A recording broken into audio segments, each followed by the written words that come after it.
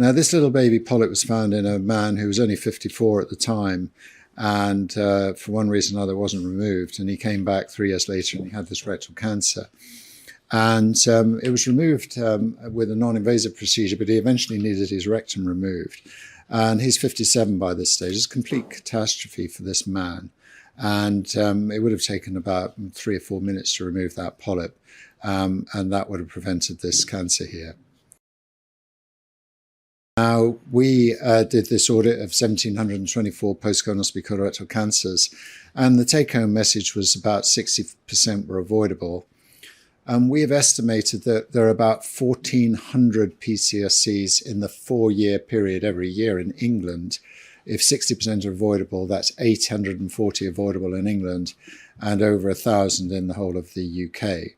Now, in our own local study, we found 89% were avoidable, and I think this 60% avoidable is conservative. And the point I want to make here is that if you look at the protective effect, so here we're looking at age standardized incidence of colorectal cancer in relation to the background incidence.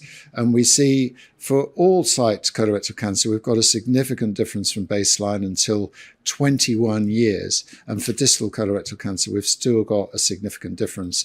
And if we look on that on an actuarial basis, one of the key messages from this paper is that the effect of the original Flexi-Sigo is only slightly attenuated over 21 years. So my point here is that these little baby polyps that we're removing, and in the example I gave you, it was only 3 years, but smaller polyps than this removed 21 years ago are still having an effect by reducing incidence. And we know from Kaminsky's work that there is a prolonged protective effect if the quality of colonoscopy is good. But I think the wider team, the guests, need to adopt the culture of the service and the standards.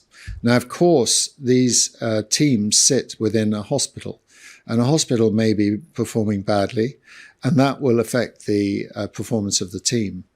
But a well-led team will resist some of the rubbish that's going on around them, even though they might be resource constrained. So I've seen examples of spectacular teams. I've traveled a lot in my own country and many other countries, and even in very extremely bad circumstances within hospitals, I've seen fantastic examples of good leadership.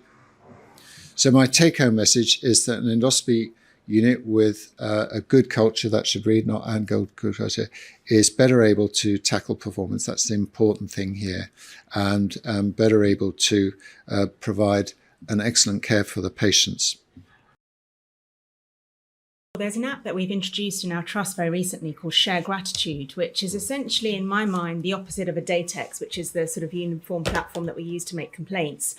And it's a simple QR code that colleagues, patients, anyone in the hospital, a porter, a nurse, a patient you might see, can scan this QR code and essentially give you immediate feedback and show gratitude. And we know that that is what humans crave. That's their tagline, is that you just want to be appreciated for the work you do.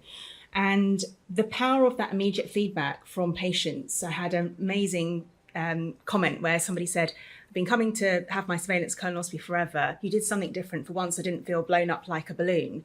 Thank you. And just that was a real reminder to me, hey, water insertion technique that we talk about in these academic forums makes a massive difference to patients.